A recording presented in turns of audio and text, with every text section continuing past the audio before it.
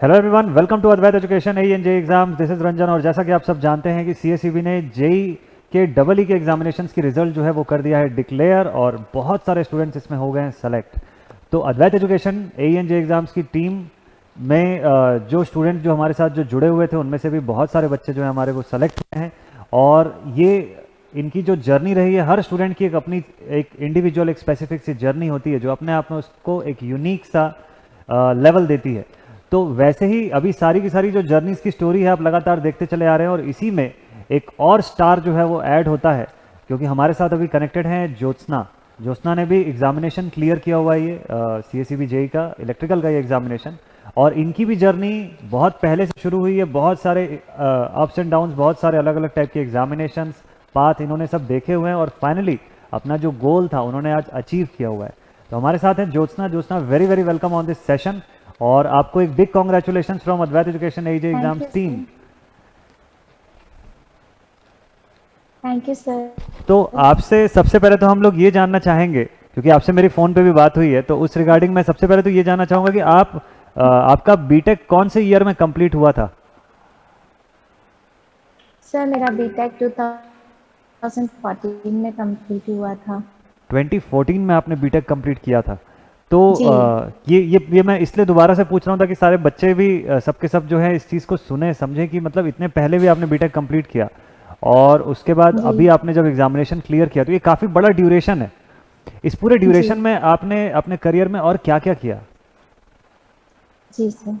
Sir मैंने 2014 में BTech किया। देन उसके बाद 2015 में मैंने जीईसी रायपुर में as a guest lecture join किया। देन 2016 तक मैं वहीं थी। फिर उसके बाद मैंने टेक्निकल से नॉन टेक फील्ड चूज कर लिया सर, क्योंकि due to lack of vacancies तो मैं उस पर स्विच कर गई। फिर मैं पीएससी देने लगी। देन 2019 में मेरा हाई कोर्ट में सिलेक्शन हुआ, हाई कोर्ट ऑफ छत्तीसगढ़ में, तो मैंने उसको ज्वाइन कर लिया। देन उसके बाद सीएससीबी में as a data entry operator भी हुआ था, बट मैं मुझे पिथौरा पोस्टिंग मिली थी तो मैंने ज्वाइन नहीं किया। और देन उसके बाद फिर मेरा असिस्टेंट टीचर साइंस लेबोरेटरी में भी मेरा सिलेक्शन हुआ, जिसमें मैं अभी करेंटली वर्क कर रही हूँ। जी सर। तो मतलब इस दौरान आप और फिर उसके बाद जब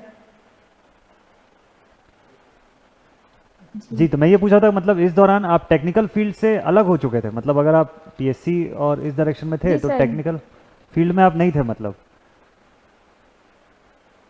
जी सर, मैंने टेक्निकल मतलब 2016 के बाद छोड़ ही दिया था टेक्निकल। मैं सिर्फ पीएससी का प्रिपरेशन में लग गई थी 2016 से। उसके बाद 2018 में फिर से सीएसईबी का जेई या नेई का पोस्ट आया था, और उसको मैंने दिया भी था। तो बट उस टाइम मैं थोड़ा सा जम्बल थी, क्योंकि मेरा मेन सामने में मेंस एग्जाम मतलब मेन एग्जाम भी था पीएससी का, और इधर पे हमारा वो भी था, जेई का भी एग्जाम था। तो मैं बहुत ही जम्बल्ड हो गई थी कि मैं कौन से पे जाऊं। और क्योंकि मैं 2-3 साल से नॉन टेक पे चली गई थी तो उस पे ज्यादा कॉन्फिडेंस बूस्ट हो गया था। फिर मैंने दिया था सर, पर उसमें कट ऑफ क्लियर नहीं हो पाया था मेरा। तो फिर अगेन फिर मेरा 2019 तक तो मेरा फिर जॉब लग गई थी हाई कोर्ट में, तो मैं वहां पे फिर वर्क करने लगी। फिर देन उसके बाद मैंने वहाँ पे भी 2 साल सर्विस दिया। उसके बाद अभी मेरी 2021 में after publishing of junior engineer notification, मेरा जो ये टीचिंग वाला था, तो उसमें मैं आई, इसमें मेरा सिलेक्शन हुआ और मुझे अकलतरा पोस्टिंग मिली। और अभी तो मेरा होम टाउन बिलासपुर है। तो मैंने सोचा कि अब मुझे पढ़ना है जेई के लिए, अब इस मौके को मैं नहीं जाने दूंगी, क्योंकि नंबर ऑफ वैकेंसीज भी ज़्यादा थी। प्लस मेरा सपोर्ट सिस्टम बहुत स्ट्रांग है सर। मेरे हस्बैंड और मेरी मदर इन लॉ दोनों ही, और मेरे मम्मी पापा और मेरी सिस्टर सब मुझे बहुत सपोर्ट करते हैं। वो उन लोग मेरे को शुरू से यही बोलते थे कि जब तुम इतना पढ़ी हो तो तुमको क्यों वापस, तुम क्यों नहीं जा रही हो। तो मैंने उसी टाइम टीचिंग ज्वाइन किया था। तो उसमें मेरा असिस्टेंट टीचर साइंस में था, गवर्नमेंट हाई स्कूल में। जी। तो वहाँ मुझे टाइम मिल जाता था थोड़ा पढ़ने का बस, लेकिन यही एक इश्यू था कि मैं अप डाउन करती थी बिलासपुर से अकलतरा। और उसी टाइम मुझे पता चला एडवर्ट एजुकेशन के बारे में कि ढांडे सर को तो मैं बहुत पहले से जानती हूँ। 2014 से ही जानते हैं, हम सभी जानते हैं उनको, कौन नहीं जानता टेक्निकल फील्ड वाला। बिल्कुल बिल्कुल तो बिल्कुल। जी, जी सर, वो एक वेल नोन पर्सनैलिटी है सभी के लिए। तो फिर उसके बाद मैंने प्लेटफॉर्म देखा, तो मैंने तुरंत बोला कि अब तो मुझे करना ही है। तो मैंने तुरंत कोर्स परचेस कर लिया। फिर परचेस करने के बाद जब मैंने कोर्स देखा सर, और ये जुलाई में लॉन्च हुआ था, तो मैंने इसको सितंबर एंड में परचेस किया था। तो ओके। मेरे मतलब उस टाइम तक अपना पावर सिस्टम सर ने स्टार्ट कर दी, नहीं पावर इलेक्ट्रॉनिक्स हो चुका था। तो मैं थोड़ा सा पैनिक हो गई कि अब मैं क्या करूं, इतना मैं पीछे हो जाऊंगी करके। लेकिन मैंने बहुत उसको बहुत जल्दी से कवर अप किया, और कॉन्सेप्ट मेरे पहले से ही क्लियर थे, तो मुझे सब चीज़ याद आने लग गई। 2014 में भी मतलब मेरे कॉन्सेप्ट क्लियर ही थे शुरू से ही। तो लेकिन बस वही वैकेंसी नहीं आ रही थी, तो मैं इधर स्विच कर गई पीएससी में। फिर उसके बाद मैंने सारे जितने टीचर्स थे सबके लेक्चर्स अटेंड किए, प्रॉपर नोट्स बनाया, और उसी को बार बार revision and test series of Advait education, मैंने उसको बार बार टेस्ट सीरीज का एनालिसिस किया सर, कि मेरे कहाँ पे मिस्टेक्स हो रही है, कौन सी चीज में मैं लैग कर रही हूँ। तो मेरे को सबसे ज्यादा हेल्पफुल हुआ टेस्ट सीरीज। और लेक्चर्स तो थे ही, जैसे जैसे जो टॉपिक गलत होता था और लेक्चर में लिखा होता था कौन सा टॉपिक का ये लेक्चर है, तो मैं उसको फिर से देख लेती थी, तो मेरा रिवीजन भी हो जाता था। और कुछ अगर डाउट होता था तो सर लोग तो ऑब्वियसली लाइव आते थे, और हमको लाइव ही पढ़ाया उन्होंने। कुछ भी डाउट होता था तो उनको मैसेज भी अगर कर दो टेलीग्राम में, तो सर प्रॉपर रिप्लाई करते थे, चाहे वो मुकेश सर हो, चाहे सौरभ सर हो, पारस सर हो, कोई भी। तो बहुत हेल्प हुई है सर। मतलब हम, जैसे हम वर्किंग हैं तो हमारे पास टाइम की बहुत कमी है, तो हम खुद से पढ़ने बैठते तो हमको बहुत टाइम लग जाता। लेकिन इस बिल्कुल। प्लेटफॉर्म की वजह से, जो ये प्लेटफॉर्म हमको मिला है, प्लस मैं मतलब घर के भी काम देखने होते हैं, क्योंकि इन हाँ, लॉज मैं भी एग्जैक्टली रहते हैं यही साथ चीज़ में, सबको टैकल कर। मैं एग्जैक्टली यही चीज़ आपसे पूछना भी चाह रहा था, क्योंकि आपके ऊपर जी, रिस्पॉन्सिबिलिटीज़ और ज़्यादा भी थी, क्योंकि आप बीइंग अ मैरिड पर्सन, एक हाउस की भी पूरी रिस्पॉन्सिबिलिटी है आपके ऊपर। फिर जी, आप जॉब भी कर रहे थे ऑलरेडी, और फिर इतने समय का जी, टेक्निकल सब्जेक्ट से गैप, और उसके जी, बाद जो आपने इतना ज़बरदस्त कमबैक किया कि जी, आपने मतलब टेक्निकल पढ़ना ही नहीं शुरू किया, इनफैक्ट उसको क्लियर भी कर लिया और सेलेक्ट भी हो गया आप इसमें। तो ये इतना thank you drastic sir. Change जो था, ये कैसे आपने टाइम कैसे मैनेज किया कि आप इतना सारा कुछ एक साथ कर पाए? तो सर मैं ये यहाँ पे बताना चाहूंगी कि मेरा मतलब सीजी व्यापम के थ्रू बहुत सारे एग्जाम क्लियर हुए हैं, तो मुझे थोड़ा एग्जाम एक्सपीरियंस पहले से था। मतलब भले वो टेक्निकल नहीं था, नॉन टेक था, लेकिन सीएससीबी में भी टेक्निकल था, क्योंकि मैंने 15 में जो दिया था उसमें मेरे कुछ नंबर, एक नंबर से शायद चूक गया था उसमें, जनरल कैटेगरी में। तो मुझे एग्जाम एक्सपीरियंस था, और व्यापम के भी मैंने बहुत एग्जाम फेस किए, क्लियर किए। तो उस एग्जाम एक्सपीरियंस प्लस जो मैंने टेस्ट सीरीज लगाई, उससे मुझे बहुत ही ज्यादा मतलब फायदा हुआ। जैसे मैं आपको पहले भी बता चुकी हूँ कि जो मिस्टेक में बाद में जो टेस्ट सीरीज अपन देते थे, तो उसमें एक पाई चार्ट सा आता था कि ये आपने रॉन्ग किया, यहाँ पे आपने ज्यादा टाइम लिया, तो उससे मुझे बहुत हेल्प हुआ। और कुछ भी मुझे डाउट होता था, और लेक्चर्स भी अवेलेबल थे सर। तो लेक्चर्स अवेलेबल होने की वजह से जो भी मुझे डाउट होता था जिस भी टॉपिक में, और जो ज्यादा फ्रीक्वेंट क्वेश्चन पूछ रहे थे, वही उसी के अनुसार टेस्ट सीरीज को बनाया गया था। अद्वैत एजुकेशन का मैंने जिसको परचेस किया था, वो जी जी। सेम एज एग्जाम ही था। मतलब उसका पूरा जो फॉर्मेट था वैसे ही था। तो जो क्वेश्चन ज्यादा रिपीट होते थे तो और मुझसे नहीं बनते थे, तो मैं उस लेक्चर को फिर से दोबारा देख लेती थी। तो इसका मतलब लेक्चर्स और का मेरे, रिकॉर्डेड फॉर्म में अवेलेबल होना, ये बेनिफिशियल रहा, ये मतलब आप लाइव के बाद भी उसको यस रेफर सर। कर पा रहे थे? जी सर, जैसे मैंने आपको बताया सर, मैंने सितंबर एंड में परचेस किया कोर्स को, तो पावर इलेक्ट्रॉनिक्स में कवर नहीं कर पाई थी। तो लेकिन मेरे पास पुराने भी नोट्स थे, मतलब मैं मतलब 2014 से 15 में भी मैंने नोट्स बनाया था पहले, और पढ़ा भी रही थी जीईसी में, तो वहां पे भी मेरे नोट्स थे मेरे पास। तो उसको प्लस फुल वीडियो लेक्चर्स जो पहले से रिकॉर्डेड फॉर्म में थे, उसको मैंने देखा, तो मुझे सारे कॉन्सेप्ट फिर से याद आ गए अपने कॉलेज टाइम से जो हमने पढ़ा था, प्लस सर लोगों ने जो पढ़ाया। तो उससे मेरे सारा रिकॉल हो गया। मैं बहुत पैनिक थी सर, सच बता रही हूँ, मैं बहुत पैनिक थी कि इतने दिन बाद फिर से मैं कैसे टेक्निकल पढ़ूंगी। लेकिन बिल्कुल। जब मुझे अद्वैत एजुकेशन का, तो उसमें बहुत बड़ा रोल है, क्योंकि फिर से मेरे को रिकॉर्डेड लेक्चर्स मिल गए, प्लस सर लाइव पढ़ाते थे, और टाइमिंग भी ऐसा था कि अगर आप नहीं देख पा रहे हैं तो आप रिकॉर्डेड देख लीजिए, ऐसा था। तो मेरे पास भी मतलब वर्किंग होने की वजह से टाइम नहीं होता था, तो मैं रात भर जग के वीडियोस देखती थी, और मैं सो ही नहीं पाती थी, कि मेरे में इतना जुनून पता नहीं कहाँ से आ गया था, मैं सो ही नहीं पाती थी। एग्जाम के 3 महीने तक मैं सोई ही नहीं हूँ, शायद 1-2 घंटा सोई होंगी तो सोई होंगी, और एक मतलब मेरी नींद ही गायब हो गई थी। ये एक सीरियस एस्पिरेंट की सबसे बड़ी क्वालिटी होती है जो आप में है, क्योंकि थैंक मतलब यू आप सर। अगर सीरियसली कोई चीज़ पाना चाहते हैं कि आप, क्योंकि देखिए आप 2014 के बाद आपने कितने सारे नॉन टेक्निकल जॉब भी किए हुए हैं, अच्छे अच्छे नॉन टेक जॉब्स जी किए हुए थे, बट आपके माइंड में कहीं ना कहीं था कि आपको टेक फील्ड में वापस आना है। तो वो जो जी जुनून था वो आपको सोने नहीं दे रहा था। तो जी। It this was the best part. तो इम्पॉर्टेंट है कि थैंक यू आप सर। फिर रेगुलर आप कंसिस्टेंटली आप पढ़ाई भी कर रहे थे इतनी सारी रिस्पॉन्सिबिलिटीज़ के साथ। जी तो क्योंकि एज एस्पिरेंट कई बार होता है, अब क्योंकि आप इतने समय के बाद टेक में कम बैक भी कर रहे हैं, तो क्या आपके साथ कभी जी। ऐसा हुआ कि आपको ये फील हो रहा हो कि शायद मैं इसमें कम बैक ना कर पाऊँ, या शायद पढ़ने के समय क्लियर होगा या नहीं होगा, कुछ सेकंड थॉट्स? और अगर ऐसा आया तो आप उससे बाहर जी कैसे सर। निकले, कैसे ओवरकम किए इससे?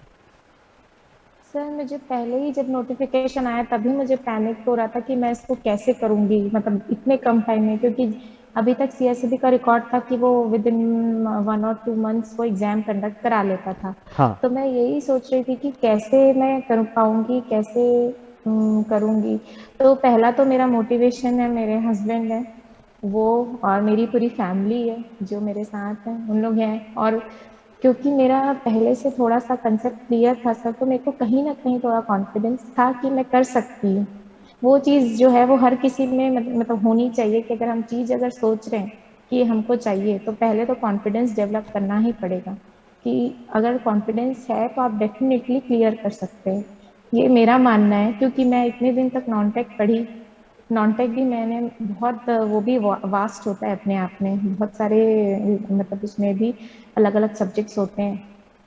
तो वही मुझे लगा कि जब मैं वो कर सकती हूँ, तो मैं, ये तो मैंने 4 साल पढ़ा है कॉलेज लाइफ में, तो मैं क्यों नहीं कर सकती हूँ।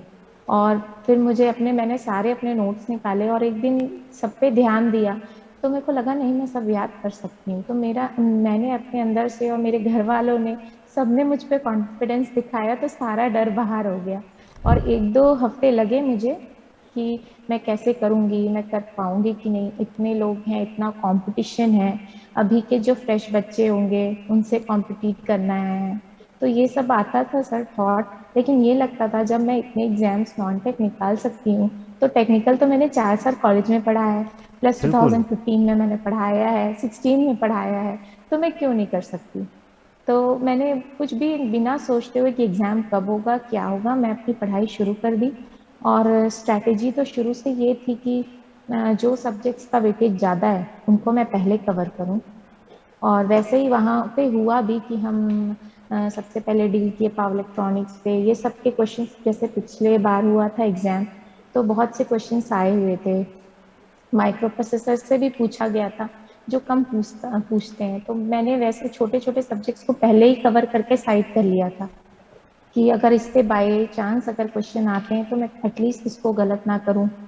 और जो बड़े हाई वेटेज के जो सब्जेक्ट्स थे, उनको रोज रिवीजन, और कुछ पर्टिकुलर टॉपिक्स होते हैं सर, वो एनालिसिस से मैंने किया कि अभी जो एग्जाम्स हो रहे हैं, चाहे वो यूपी हो या महाराष्ट्र हो या एमपी हो, उन सारे जेई एई के पेपर का मैंने एनालिसिस किया।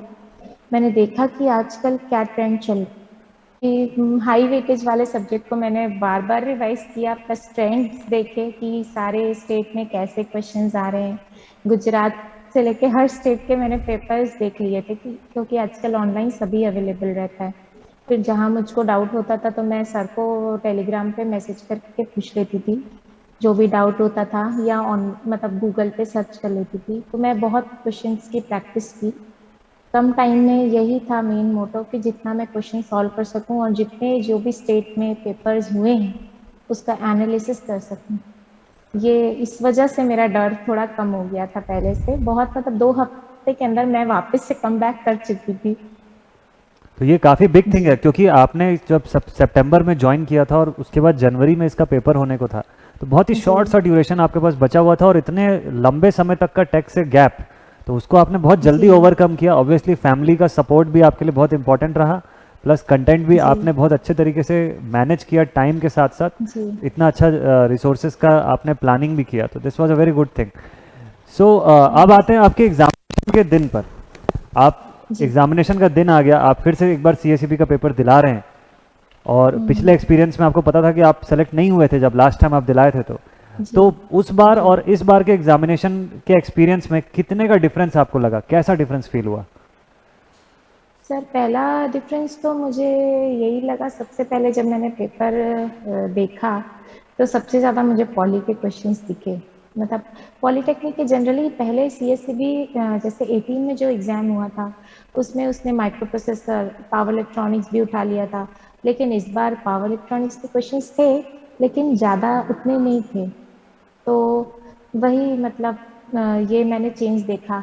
प्लस और जो चेंज ये था कि पेपर जो था वो ऐसा नहीं था जैसे पुराने में, क्या पेपर्स में क्या होता था 2015 और आपका 18 में जब पेपर हुआ था सर, तो उसमें बहुत मतलब जो मेमोराइज करने वाले क्वेश्चंस होते थे हाँ। वो पूछे जाते थे। बट अब ऐसा था कि कॉन्सेप्चुअल क्वेश्चन पूछे गए थे, जो कि मुझे अच्छा लगा कि उससे ये होता है ना, जिनके कॉन्सेप्ट क्लियर हैं वो ही आगे आते हैं, ऐसा। तो ये चीज़ मैंने रियलाइज़ की।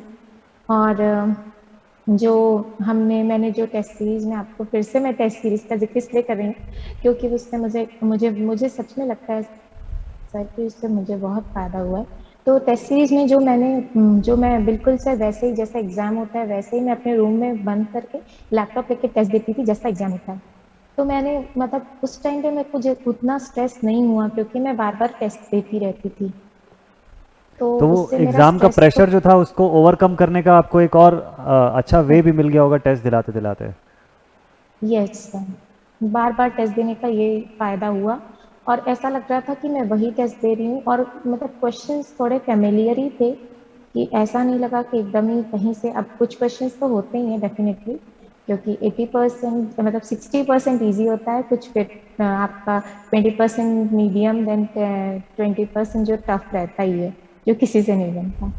तो मैंने ऐसा ये सोच लिया था कि जो क्वेश्चंस मुझे आते हैं एटलीस्ट उसको मैं गलत ना करूं। ये मेरी स्ट्रैटेजी थी शुरू से कि जो मुझे आते हैं उसको मैं गलत ना करूं किसी भी हाल में। तो वही मेरा मेन मोटो था कि जो बन रहा है उसको मैं कभी मतलब जो आते हुए क्वेश्चंस को गलत ना करें, और जो कुछ क्वेश्चंस जो बच जाते हैं जहां हमको थोड़ा कंफ्यूजन होता है 50-50, वहां पे मैं ऑप्शन एलिमिनेशन ये मेथड यूज करके मैंने वहां पे थोड़ा रिस्क लिया था। बहुत ज्यादा ही रिस्क नहीं सर, थोड़ा इम्पोर्टेंट ही। टेक्निक है ये, बहुत ही इम्पोर्टेंट टेक्निक है कि ऑप्शंस के थ्रू भी आप सही आंसर तक पहुंचते हैं। एलिमिनेशन जी सर। हाँ, सर ये हालांकि भी इसमें आप। बिल्कुल जी बिल्कुल, हालांकि इसमें आपको टाइम और ज़्यादा मैनेज करना रहा होगा, बट ये इंपॉर्टेंट था कि आप उस एग्ज़ाम प्रेशर वाली फीलिंग से ऊपर उठ चुके थे, क्योंकि आपका जी कॉन्फिडेंस सर। जो था वो बूस्टअप हो चुका था, आप टेस्ट इतने सारे दिला चुके थे, तो आप काफ़ी जी अच्छा एक कॉन्फिडेंट जोन में थे। सो जी सर। एग्जामिनेशन दिलाने के बाद आपको फील होना शुरू हो गया था कि सिलेक्शन पॉसिबल है इस बार? जी सर, जब सबके मार्क्स सुन रही थी तो लग रहा था कहीं ना कहीं कि मेरा इस बार चांसेस तो बहुत है, 80 to 85 तो मैं सोच ही रही थी कि हो जाएगा। बट इस बार जो सीएसईबी ने नया नॉर्मलाइजेशन वाला जो कंसेप्ट लाया था उससे सभी को डर लगा हुआ था कि क्या होगा। तो 85% तो मैं श्योर थी, पर वही कि नॉर्मलाइजेशन में क्या होगा क्या नहीं होगा ये सोच के मैंने फिर अ, मतलब कॉन्फिडेंस था, पर 100 इसीलिए नहीं हो पा रहा था नॉर्मलाइजेशन का सोच के, क्योंकि कुछ ना फॉर्मूला था हमारे पास, ना कुछ भी चीजें नहीं थी। तो इसलिए थोड़ा सा डर तो रहता ही है, ये तो ह्यूमन बिहेवियर है कि हंड्रेड बिल्कुल, परसेंट कोई भी ऐसा श्योर नहीं बोल पाता। एग्जैक्टली ये बात है। तो ये जी बहुत बढ़िया रहा कि आपने पूरे कॉन्फिडेंस के साथ एग्ज़ाम भी दिलाया, मस्त तरीके से आपने प्रिपरेशन किया, और सबसे जो बिगेस्ट थिंग था वो ये कि 2014 से कंप्लीशन के बाद जो आपने जी वापस से टेक्निकल सेक्टर में वापस से कम बैक किया, और आपका जो एक एस्पिरेशन था कि आपको ये चीज़ क्लियर करना है, वो आप एट द एंड आपने कंप्लीट कर ही लिया फाइनली। तो ये एक अचीवमेंट का सेंस जो है वो बहुत ही स्ट्रांग होगा, ऑब्वियसली मैं ये चीज़ समझ सकता हूँ। तो ये बहुत ही बिग हैप्पीनेस होगी। एक बार जी जाते जाते मैं आपसे एक फाइनल क्वेश्चन और करना चाहूँगा, क्योंकि जितने भी जी एस्पिरेंट्स अभी देख रहे होंगे इस वीडियो को, उन जी सभी सर। स्टूडेंट्स के लिए आपकी स्टोरी बहुत मोटिवेटिंग स्टोरी होगी। और मैं चाहूँगा कि आप इन सब स्टूडेंट्स को कुछ एडवाइस दें, कुछ टेक्निक बताएं अपनी प्रिपरेशन स्ट्रैटेजी से जुड़ी हुई, क्योंकि कई सारे ऐसे जी। भी बच्चे हैं जो कि काफ़ी समय से जिनका बी टेक कंप्लीट हो चुका है, और कुछ ड्यूरेशन के बाद वो एक होप लूज करने लग जाते हैं। तो जी ऐसे केस में बच्चों को क्या करना चाहिए अगर वो प्रिपरेशन करना चाहते हैं, अगर वो अपने कंटेंट जी सारी चीज़ों को कलेक्ट करके एक जेई का एग्ज़ाम क्रैक करना चाहते हैं, तो क्या करना चाहिए उनको, किस तरीके से कैसे ऑर्गेनाइज करना चाहिए चीज़ों को, और कैसे पढ़ाई करनी चाहिए? जी सर। सर मैं ये कहना चाहती हूँ कि सबसे पहले अगर कोई एग्ज़ाम निकालना है तो उसकी स्ट्रैटेजी फिक्स करनी होती है। और अगर जब आपने स्ट्रैटेजी फिक्स कर ली कि अब मुझे ये एग्ज़ाम क्लियर करना ही है, तो आपको चाहे आप कितना भी पढ़े हों, चाहे आपको पहले से प्रीवियस नॉलेज जो भी हो, जैसे मैंने भी पढ़ रखा था पहले से, मतलब 14-15 में मेरा स्ट्रॉन्ग था कंसेप्ट, लेकिन फिर भी मैंने अद्वैत एजुकेशन, चाहे आप कोई भी प्लेटफॉर्म लीजिए, लेकिन मैंने अद्वैत एजुकेशन लिया क्योंकि मैं ढांडे सर से बहुत पहले से फेमिलियर हूँ, उनका पढ़ाने का टेक्निक और सब। तो इसीलिए मैंने, आप कोई ना किसी के अंदर आप गाइडेंस में पढ़िए। उससे ये होता है कि जो आपका कॉन्सेप्ट है, आप हो सकता है कुछ चीज़ मिस कर रहे हो, जो सामने वाला आपका जो गाइडेंस कर रहा है, जो आपको पढ़ा रहे हैं, जो फैकल्टीज़ हैं, वो आपको गाइड कर दें, क्योंकि वो सामने जो आपको पढ़ा रहे हैं डेफिनेटली उनके पास बहुत एक्सपीरियंस है, सारे एग्जाम्स का एक्सपीरियंस भी है उनको, प्लस उनका नॉलेज बहुत है हमसे, तो उससे डेफिनेटली फ़ायदा होता है। तो जब भी हम अपना कोई भी कॉन्सेप्ट को रिवाइज कर रहे होते हैं तो हमको किसी ना किसी के गाइडेंस में करना ही चाहिए, ऐसा मुझे लगता है। ये मेरी स्ट्रैटेजी थी सर, क्योंकि मेरा ये भी था कि मेरा गैप भी बहुत हो गया था।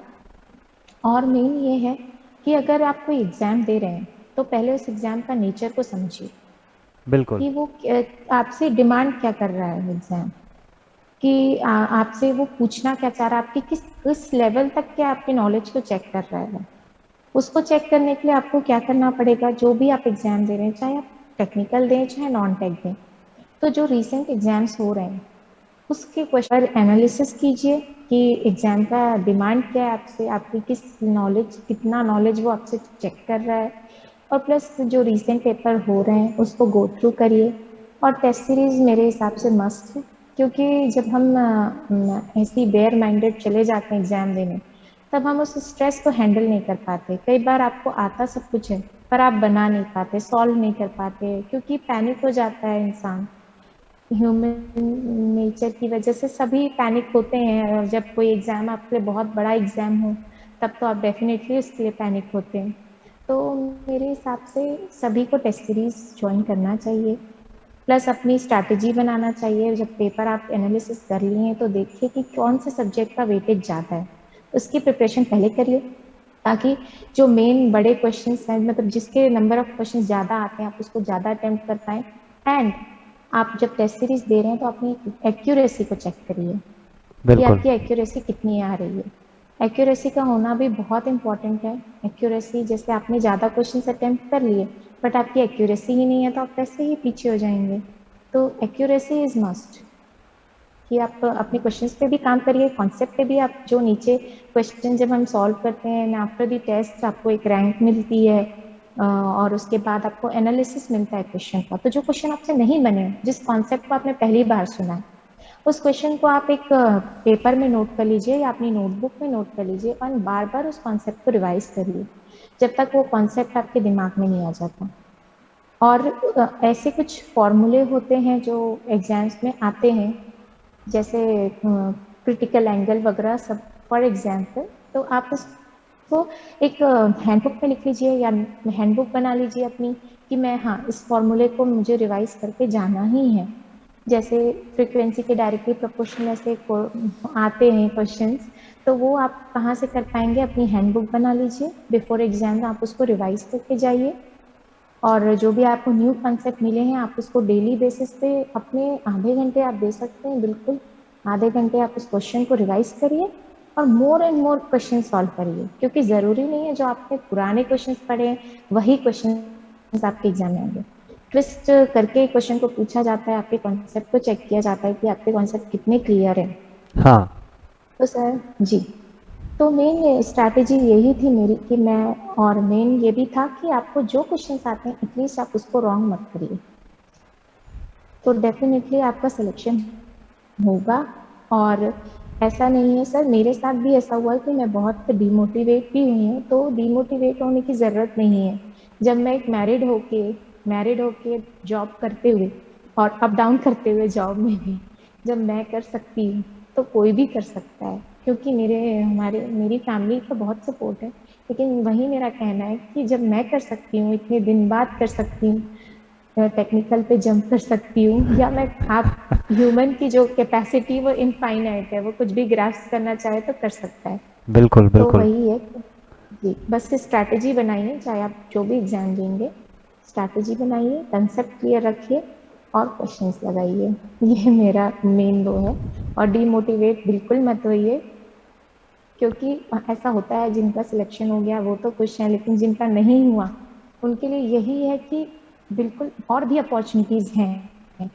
और भी मेरे साथ भी यही हुआ था 2015 में कि मेरा उस टाइम सिलेक्शन नहीं हुआ था, तो मैं डिमोटिवेट हुई, तो मैंने 16 में टेक्निकली छोड़ दिया, लेकिन मेरे कॉन्सेप्ट क्लियर थे, तो मैंने आज इतने दिन बाद फिर से उठकर आई मैं वापस। तो आपको लाइफ कभी भी मौका दे सकती है, आप जब चाहते हैं आप तब कर सकते हैं, जो चाहते हैं वो कर सकते हैं, ऐसा मुझे लगता है।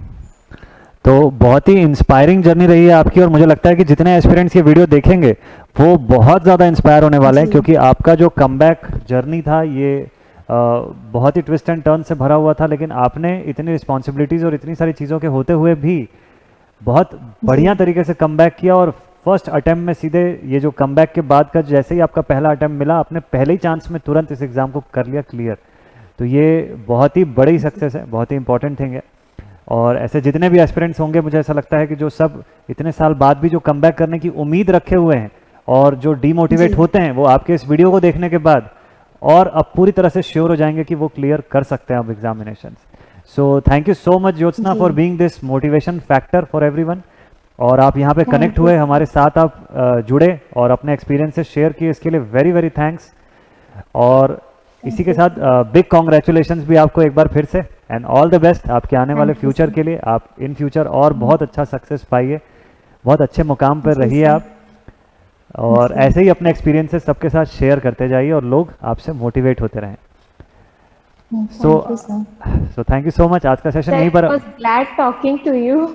Same year of course, it was very nice talking to you. और ये जो एक्सपीरियंसेस आपसे आए हैं वो हम सब भी फैकल्टीज क्योंकि जब जब अपने आप सेशन में आपको सिर्फ पढ़ाते ही हमने देखा था, आज आपसे बात करने का मौका मिल गया, तो इट वाज रियली हम ग्लैड लोगों के लिए भी टॉकिंग बहुत टू यू। प्राउड मोमेंट होता है कि हमारे अकेडमी से कोई जी जुड़ा हुआ स्टूडेंट हो और वो जब ऐसा सेलेक्ट हो जाए, उसकी जर्नी सुनने में हम लोगों को बहुत ज़्यादा जी अच्छा फील होता है। मतलब हम, आपने जो ये चीज़ें बताई है, हम बहुत सारे स्टूडेंट्स तक ट्रांसफ़र करते हैं आने वाले सालों में, ताकि हर बच्चा आपके जी इन सब बातों से मोटिवेट हो। तो ये बहुत इंपॉर्टेंट थिंग होता है।